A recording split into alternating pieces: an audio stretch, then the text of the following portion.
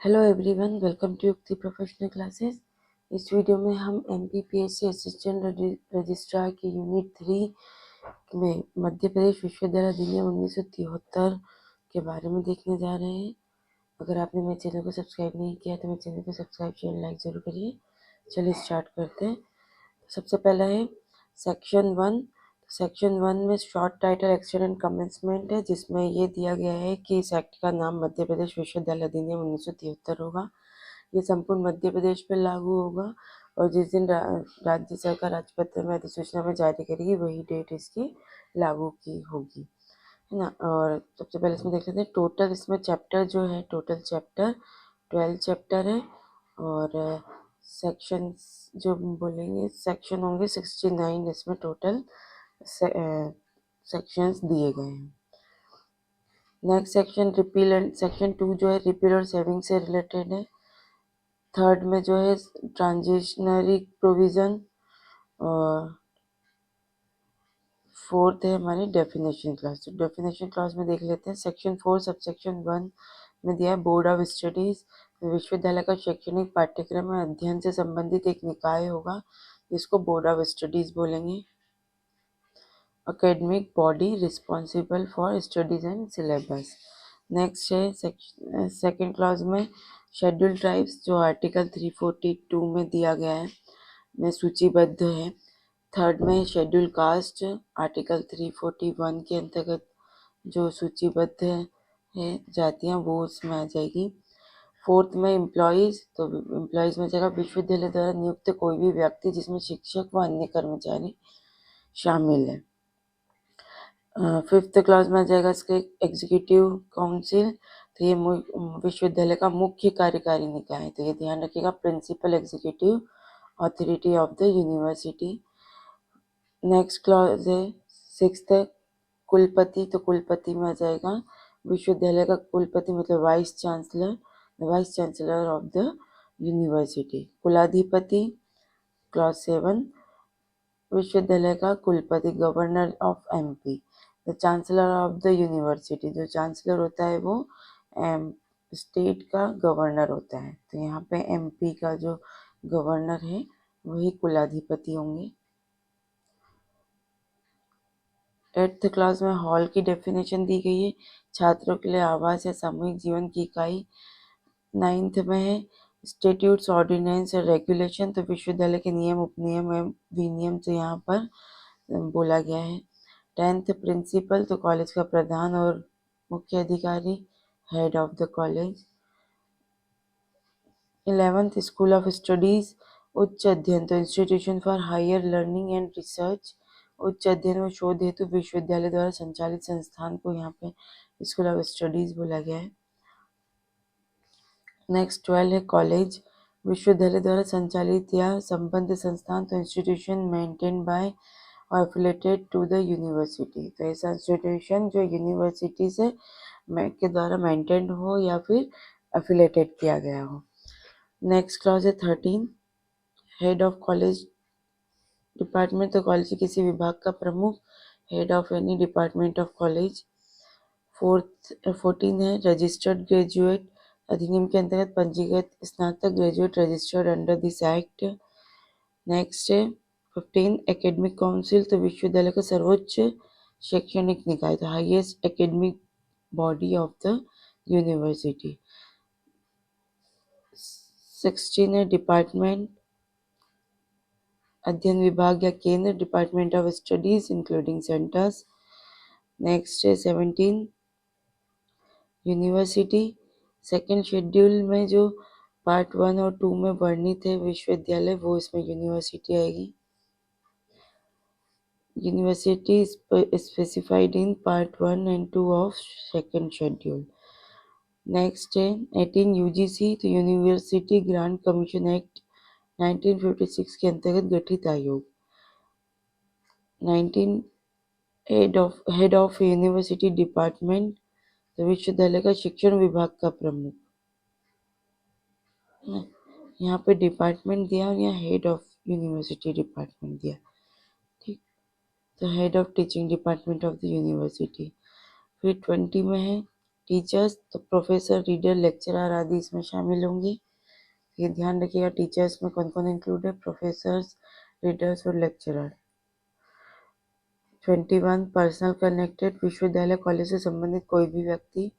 Person connected with university और college, autonomous college, तो executive council द्वारा स्वायत्त घोषित कॉलेज डिक्लेयर्ड एटोनॉमस। ये 22 में दिया गया था। 23 में फैकल्टी, विश्वविद्यालय का संकाय, faculty of the university. Affiliated college, विश्वविद्यालय से संबद्ध कॉलेज। कोर्ट, विश्वविद्यालय का सर्वोच्च प्राधिकरण। और कोऑर्डिनेशन कमेटी, तो धारा 34 के अंतर्गत गठित समिति। तो ये यहाँ पे डेफिनेशन क्लॉज में ये दिया गया था। नेक्स्ट है चैप्टर 2, द यूनिवर्सिटी। यूनिवर्सिटी में सेक्शन 5 से 11 तक 10 तक दिया गया है। सबसे पहले है कॉन्स्टिट्यूशन एंड बॉडी कॉर्पोरेट। विश्वविद्यालय का गठन कुलाधिपति, कुलपति, कोड, कार्य परिषद व अकादमिक परिषद से होता है। विश्वविद्यालय को कानूनी व्यक्तित्व मतलब बॉडी कॉर्पोरेट, स्थायी उत्तराधिकार, कॉमन सील प्राप्त है। वह संपत्ति रख सकता है, अनुबंध कर सकता है तथा मुकदमा कर सकता है या झेल सकता है, मतलब इस पे कोई मुकदमा लगा सकते हैं। उसका मुख्यालय सेकंड शेड्यूल में निर्धारित होगा, है ना। तो सेक्शन 5 में दे दिया बॉडी कॉर्पोरेट होगा। तो इसमें सीधे से ध्यान रखना है कि एक बॉडी कॉर्पोरेट है, इसका स्थायी परपेचुअल सक्सेशन है, कॉमन सील होगी, ये संपत्ति रख सकता है, अनुबंध कर सकता है, कॉन्ट्रैक्ट वगैरह कर सकता है, केस लड़ सकता है, इसके नाम से चलाया जा सकता है या इस पर चलाया जा सकता है, ये इसमें दिया गया। Section 6 power of university. तो पावर्स क्या क्या है यूनिवर्सिटी की, तो यूनिवर्सिटी कर सकते शिक्षा, शोध व ज्ञान का प्रसार, कॉलेज विभाग, हॉल की स्थापना, शिक्षक नियुक्ति व मान्यता, पाठ्यक्रम व परीक्षा निर्धारण, डिग्री डिप्लोमा प्रदान व करना व वापस लेना, कॉलेज की को एफिलिएशन देना, निरीक्षण करना, कमजोर वर्गों का संरक्षण करना, एनसीसी, खेल, छात्र कल्याण, शुल्क निर्धारण, अनुदान, ऋण, प्रवेश मानक तय करना, अधिनियम के उद्देश्य हेतु आवश्यक कार्य करना इसमें शामिल है। नेक्स्ट सेक्शन है सेक्शन 7 टेरिटोरियल जुरिडिक्शन। तो विश्वविद्यालय की शक्तियाँ केवल निर्धारित क्षेत्र तक सीमित होगी। तो जो क्षेत्र निर्धारित है वहाँ तक ही इसको पावर है। एक क्षेत्र के कॉलेज अन्य विश्वविद्यालय से संबद्ध नहीं हो सकते। राज्य सरकार अनुमति से बाहर के संस्थानों से सहयोग संभव है, मतलब बाहर के संस्थानों से अगर सहयोग लेना है तो स्टेट गवर्नमेंट की परमिशन लगेगी। कृषि, संगीत आदि विशेष विश्वविद्यालय इसके एक्सेप्शन है, मतलब वहाँ पर ज़रूरत नहीं है क्योंकि जनरल नहीं है, कुछ कुछ ही होंगे तो यहाँ पर ये बाहर से ले सकते हैं सहयोग। नेक्स्ट है प्रोहिबिशन ऑफ डिस्क्रिमिनेशन। विश्वविद्यालय किसी भारतीय नागरिक में धर्म, जाति, लिंग, जन्मस्थान, नस्ल या राजनीतिक विचार के आधार पर भेदभाव नहीं करेगा। यह शक्ति व कर्तव्य के प्रयोग पर लागू होगा। नेक्स्ट है सेक्शन 9 टीचिंग इन यूनिवर्सिटी। केवल वही शिक्षण मान्य होगा जो मतलब जो भी पढ़ाया जाएगा वही मान्य होगा जो स्टेट्यूट्स, ऑर्डिनेंस और रेगुलेशन के अनुसार हो। पाठ्यक्रम और शिक्षण व्यवस्था शैक्षणिक निकाय द्वारा नियंत्रित होगी। सेक्शन 10 में इंस्पेक्शन, ये वाला सेक्शन ध्यान रखिएगा। इंस्पेक्शन तो कुलाधिपति विश्वविद्यालय व कॉलेज का निरीक्षण कर सकता है। निरीक्षण में भवन, शिक्षण, परीक्षा, प्रशासन व वित्त शामिल होंगे। रिपोर्ट पर कार्यवाही करना कार्य परिषद व प्रबंध का दायित्व है तथा असंतोष पर निर्देश दिए जा सकते हैं। तो इसे कौन करेगा, ये कुलाधिपति, ठीक है। जो चांसलर है वो यहाँ पे इंस्पेक्शन कर सकता है। तो यहाँ पे ये सेक्शन 10 ध्यान रखिएगा। नेक्स्ट है chapter 3 officer of the university, विश्वविद्यालय के अधिकारी। तो सेक्शन 11 में दिया ऑफिसर ऑफ द यूनिवर्सिटी, तो विश्वविद्यालय के अधिकारी में आ जाएगा कुलाधिपति जो राज्यपाल होंगे, कुलपति कार्यकारी प्रमुख कहलाता है, रिएक्टर 1983 के संशोधन से लाया गया है, डीन संकाय अध्यक्ष जो है, रजिस्ट्रार, डीन स्टूडेंट वेलफेयर तथा इंस्टीट्यूट्स द्वारा घोषित अन्य अधिकारी। तो सेक्शन 11 में ऑफिसर दिए कि यूनिवर्सिटी में कौन कौन से ऑफिसर होंगे। अब इनके इंडिविजुअल कहाँ कहाँ ये अपॉइंट किस किस सेक्शन से अपॉइंट हो रहे हैं वो देख लेते हैं। तो सेक्शन 12 में कुलाधिपति एंड हिज पावर दी गई है। तो मध्य प्रदेश का राज्यपाल कुलाधिपति होता है। वह विश्वविद्यालय का प्रमुख व कोर्ट का अध्यक्ष है। तो ये प्रमुख कहाँ का है, यूनिवर्सिटी का भी प्रमुख है और कोर्ट जो है उसका भी अध्यक्ष है। वह सूचना दस्तावेज मांग सकता है, कार्रवाइयों का पुनर्विचार हेतु भेज सकता है, अवैध या हानिकारक कार्रवाई निरस्त कर सकता है, मानद उपाधि की पुष्टि करता है तथा अधिनियम द्वारा प्रदत्त अन्य शक्तियों का प्रयोग करता है। कुलाधिपति एक सुपरवाइजरी एवं कॉन्स्टिट्यूशनल अथॉरिटी है। नेक्स्ट है सेक्शन 13 अपॉइंटमेंट ऑफ कुलपति। कुलपति की नियुक्ति कुलाधिपति द्वारा चयन समिति के पैनल से की जाती है। तो अपॉइंट कौन कर रहा है, चांसलर कुलाधिपति द्वारा। चयन समिति की पैनल होगी उसके द्वारा ही की जाएगी। चयन समिति में एग्जीक्यूटिव काउंसिल का प्रतिनिधि। अब जो चयन समिति सिलेक्शन कमेटी उसमें कौन कौन होगा ये देख लेते हैं। तो सिलेक्शन कमेटी में एग्जीक्यूटिव काउंसिल होगा, मतलब चयन समिति में एग्जीक्यूटिव काउंसिल का प्रतिनिधि होगा।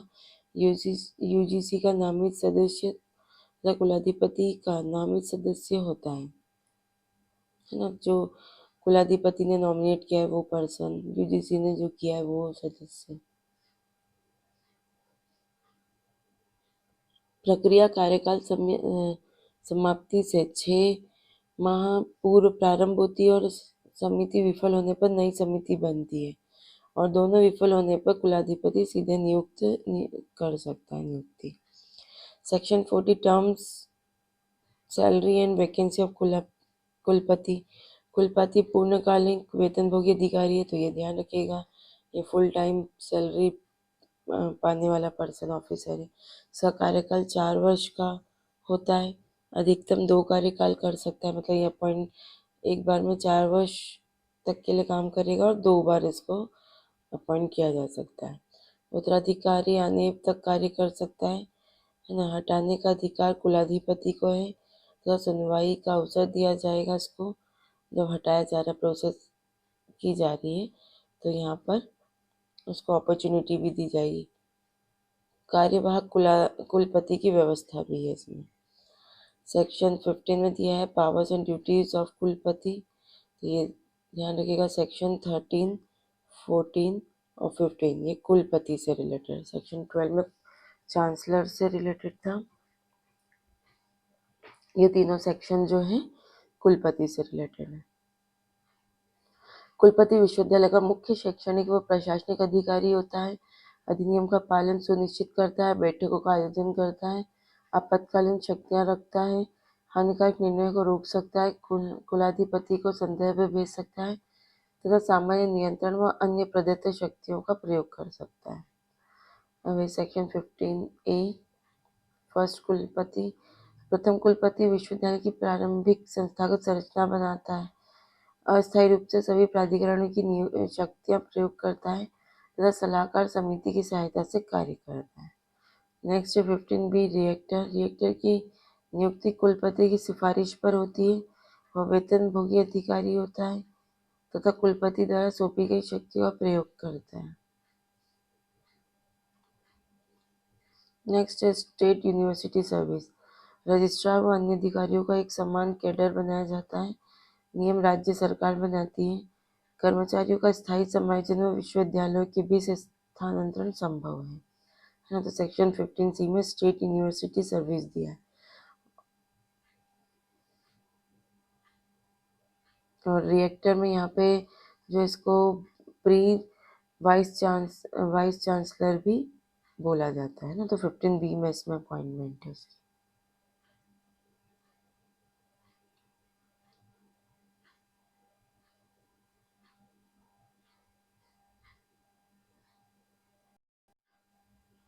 सेक्शन 16 में यहाँ पे सेक्शन 16, तो सेक्शन 16 में जो दिया गया है रजिस्ट्रार दिया है, कुल सचिव है ना, कुल सचिव की अपॉइंटमेंट दी है। तो ये भी एक फुल टाइम ऑफिसर होगा और सभी निकायों का सचिव और संपत्तियों का रक्षक होगा ये। सेक्शन 17 में जो दिया है इसमें दिया छात्र कल्याण संघ का अध्यक्ष दिया गया है ना। तो ये विद्यार्थियों के कल्याण हेतु अधिकारी की नियुक्ति और कार्य करता है। सेक्शन 17 में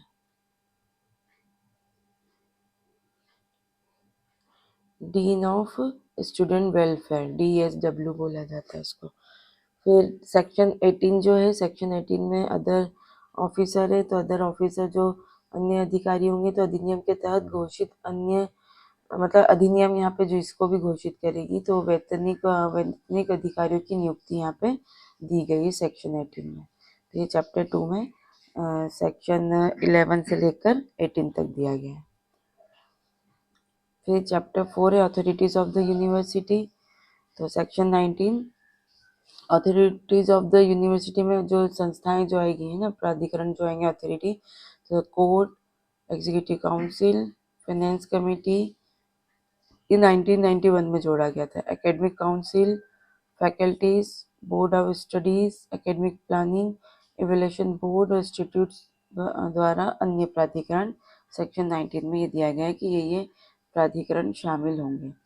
अब इनको कैसे इनका कॉन्स्टिट्यूशन होगा, ये सेक्शन आगे के इसमें देखेंगे। तो सेक्शन 20 में दिया है कॉन्स्टिट्यूशन ऑफ कोर्ट। तो कोर्ट में एक्स ऑफिशियो होंगे निर्वाचित शिक्षक, प्राचार्य, नामित सामाजिक राजनीतिक सदस्य, छात्र प्रतिनिधि तथा कार्य परिषद के अन्य सदस्य इसमें शामिल होते हैं। यहाँ कोर्ट सर्वोच्च सलाहकार निकाय है। तो यहाँ पे जो एक्स ऑफिशियो कोर्ट में जो एक्स ऑफिशियो होंगे उसमें ध्यान रखिएगा कुलाधिपति, कुलपति, reactor, dean, dean student welfare, ये लोग होंगे इसमें ना। फिर जो अदर मेंबर्स है जिसमें प्राचार्य, नामित सामाजिक राजनीतिक सदस्य, ये ध्यान रखिएगा। और कोर्ट सर्वोच्च सलाहकार निकाय है, इसे ध्यान रखिएगा। Section 21 meeting and quorum of court. अब जो कोर्ट जो होगा उसका कम से कम एक बैठक प्रतिवर्ष अनिवार्य है। हर साल में एक मीटिंग होना जरूरी है। इसका कोरम ध्यान रखिएगा, इसका कोरम है 25 सदस्य होता है तथा स्थगित बैठक में कोरम आवश्यक नहीं है। अगर एडजर्न हुई है मीटिंग तो वहाँ पे कोरम जब होगा, मतलब वापस से जब मीटिंग हो रही है एडजर्न होकर, तो वहाँ पर कोरम की रिक्वायरमेंट नहीं होगी। नेक्स्ट है section powers and duty of court. तो कोर्ट की पावर्स और ड्यूटी क्या है? तो कोर्ट एक सलाहकार निकाय है जो नीतियों की समीक्षा करता है। वार्षिक प्रतिवेदन, तो याद रखिएगा पॉलिसी के रिव्यू करेगा। वार्षिक प्रतिवेदन है ना, जो एनुअल रिपोर्ट है वो लेके देखता है। मानद उपाधि की अनुशंसा करता है तथा अन्य प्राधिकरणों के कार्यों की समीक्षा करता है।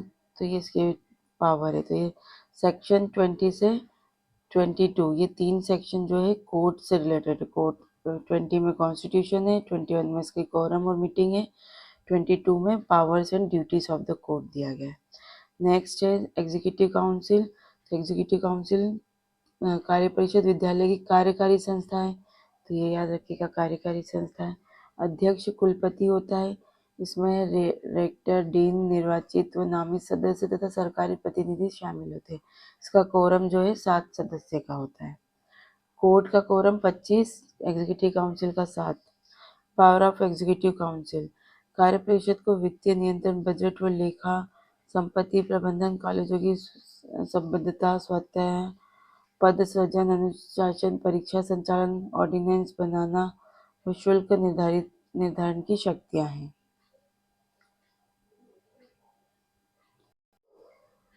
नेक्स्ट है section 24A finance committee. Finance committee में अध्यक्ष कुलपति होता है। तो फाइनेंस कमेटी का जो चेयरमैन है वो कुलपति होगा। यह वित्तीय नियंत्रण, बजट निर्माण व ऑडिट का कार्य करती है। इसका कोरम 3 सदस्य है। फिर सेक्शन 25 में एकेडमिक काउंसिल, ये सर्वोच्च शैक्षणिक निकाय है।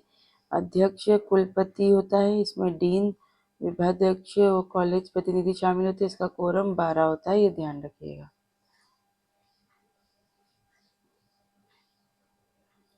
नेक्स्ट है 26 पावर ऑफ एकेडमिक काउंसिल, शैक्षणिक नीति निर्धारण, पाठ्यक्रम निर्माण, परीक्षा व्यवस्था, शिक्षक मान्यता तथा शोध मार्गदर्शन इसकी मुख्य शक्तियाँ हैं। तो जो एकेडमिक काउंसिल है उसका जनरली क्या है, जो शैक्षणिक रूप से जो कार्य होंगे ना, जैसे नीति निर्धारण हो गई शैक्षणिक, जनरली यूँ नीति निर्धारण का काम क्या है, एग्जीक्यूटिव काउंसिल के तहत आ जाएगा, लेकिन शैक्षणिक से रिलेटेड नीति निर्धारण है वो एकेडमिक काउंसिल के पास। फिर सेक्शन 27 फैकल्टीज, विश्वविद्यालय में कला, सामाजिक विज्ञान, विधि, शिक्षा, इंजीनियरिंग, चिकित्सा, आयुर्वेद व वाणिज्य संकाय होते हैं। प्रत्येक संकाय का डीन कुलाधिपति द्वारा 2 वर्ष हेतु नियुक्त किया जाता है ना। सेक्शन 27 में फैकल्टीज होती है। सेक्शन 29 28 29 बोर्ड ऑफ स्टडीज, तो प्रत्येक विषय के लिए एक अध्ययन मंडल गठित होता है जो पाठ्यक्रम बनाता है। इसमें छात्र भी सदस्य होता है और इसका कार्यकाल 3 वर्ष होता है। Section 30 academic planning and evaluation board, शैक्षिक योजना बनाना, नए पाठ्यक्रम प्रारंभ करना, मूल्यांकन करना तथा शोध परियोजनाओं की योजना बनाना इसका कार्य है। 31 में अदर बोर्ड से इंस्टीट्यूट द्वारा आवश्यकता अनुसार अन्य बोर्डों का गठन किया जा सकता है।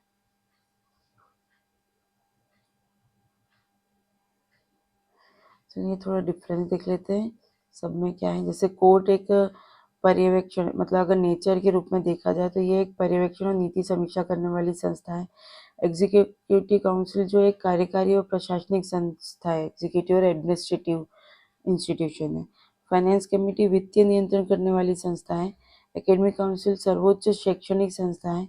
फैकल्टीज विषय क्षेत्र स्तर की समन्वय संस्था है और बोर्ड ऑफ स्टडीज विषय स्तरीय अकादमिक संस्था है ना। ये एकेडमिक इंस्टीट्यूशन है।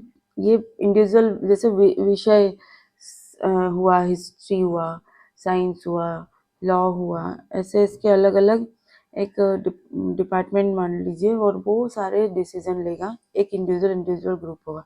फैकल्टीज में क्या होगा, एक ही टाइप के, जैसे सोशल साइंस है, हिस्ट्री है, इन सब का पूरा एक जो ग्रुप है सब्जेक्ट का, उनका जो एक होगा वो फैकल्टीज कहलाएगा।